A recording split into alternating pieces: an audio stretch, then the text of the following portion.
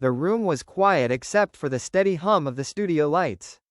A small red light blinked on the camera, recording. Sam Heughan sat opposite the interviewer, his hands clasped loosely on his knees, a soft, almost invisible smile tugging at the corner of his lips. The kind of smile that carries both gratitude and exhaustion. 10 years, he said softly, his Scottish accent still warm and melodic, even when subdued. It doesn't feel like 10. Some days it feels like one long day that just never ended. The interviewer smiled gently. You mean since Outlander? Sam chuckled. Aye, since Jamie Fraser came into my life, or I came into his. Depends how you look at it. The past decade had been nothing short of extraordinary. 10 seasons, dozens of red carpets, world tours, awards, interviews, charity galas, and millions of fans who saw him as something between a hero and a dream. But behind that easy charm, behind the jokes and kilts and fan events, Sam Heughan had lived a life under constant scrutiny. People saw his smile but rarely the silence that followed when the lights went out. I used to think, he said, looking down for a moment, that success meant being everywhere, doing everything, never stopping. I was wrong. There was a pause. He looked up at the interviewer again. I lost track of myself for a bit. It's easy to do when people keep telling you who you are. In the early years, Sam barely had time to breathe. The first seasons of Outlander swept across the world like wildfire. Fans sent letters, gifts, poetry, and endless waves of devotion. He was grateful, truly. But every gift was also a reminder of expectation.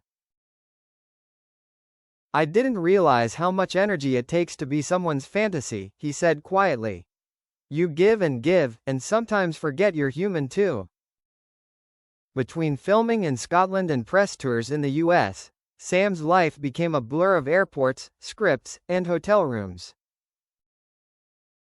He began journaling, something he hadn't done since his early 20s. Those notebooks would later become waypoints, a book that surprised even him with how vulnerable it was. I thought people would want the glossy version of my life, he admitted. But what they connected with most was the loneliness, the honesty. In 2018, while filming one of Outlander's most emotionally demanding episodes, Sam found himself standing alone on a hill overlooking Glen Coe. It was cold. The wind was sharp. For the first time in years, he wasn't surrounded by cameras or crew. He was just there, a man in a vast landscape, asking himself why he still did all this. I remember thinking, if I didn't act, who would I be? The answer didn't come that day. But something shifted. He began to spend more time in Scotland, off camera.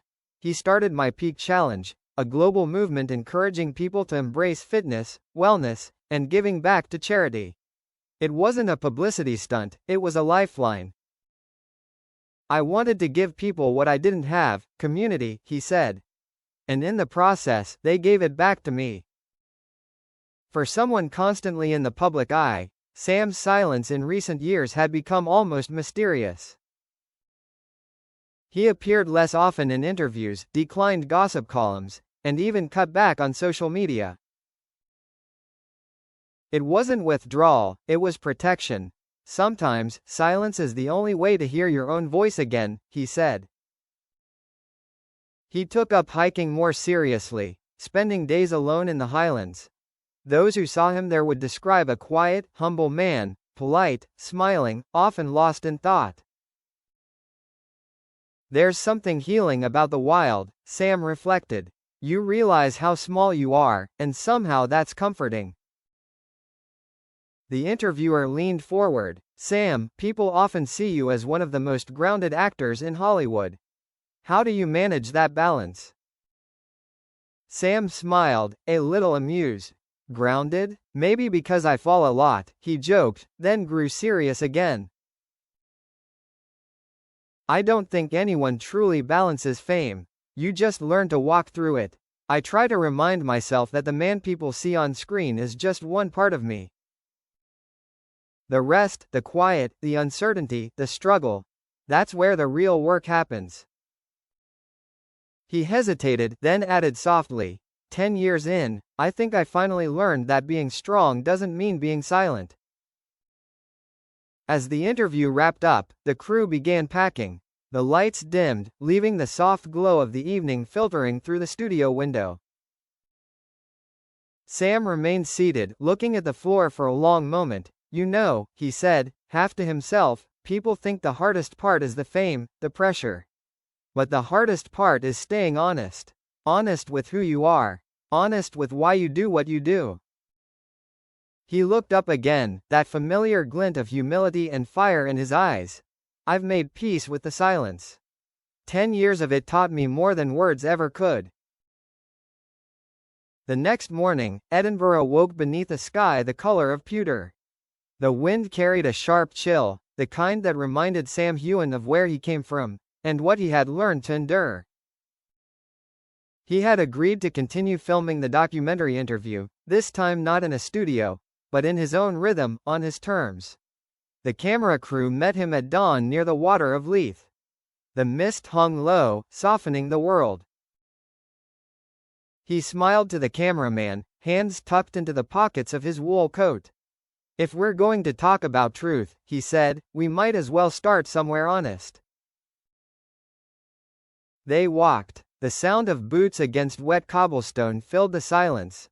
The first thing Sam said on camera that day was almost a whisper. Fame gives you everything, and quietly takes pieces of you in return. He didn't say it dramatically, but the words lingered. There's this paradox, he continued. People think the more famous you get, the stronger you become. But sometimes, the opposite happens. You start protecting yourself, not because you're strong, but because you're afraid of being broken again. He laughed softly, almost embarrassed by his own honesty. That's not the kind of thing you're supposed to say on television, is it? The interviewer, a woman named Claire, who had been patient and careful throughout the series, smiled. Maybe that's why people need to hear it. Sam looked away for a moment, his eyes tracing the water's slow current. He said quietly. Maybe. For years, Sam had lived between two worlds. The grounded, rugged landscapes of Scotland that raised him, and the surreal whirlwind of Hollywood that made him a global name. He spoke of the dissonance, landing in Los Angeles after filming months in the Highlands, trading mist for neon, solitude for crowds. It's strange, he said. You go from talking to sheep in the rain to shaking hands with producers at a cocktail party. They're both real, and both completely unreal. He grinned at the memory. I once went straight from the moors to the Met Gala. I still had peat under my nails. But then his tone softened. You start to wonder which version of you people actually know, the man in the tuxedo, or the one standing alone on a hill. He shrugged. The truth is, both are me. And neither. They stopped near Dean Village, where the river curled beneath old stone bridges. Sam leaned on the railing, watching the water swirl below. I think a lot of people assume success fixes everything, he said. Money, recognition, love, it's all supposed to make life easier. But the truth? It makes you lonelier if you're not careful. He spoke slowly, each word deliberate. When you're surrounded by noise, you start craving silence. And when the noise stops, the silence can be deafening.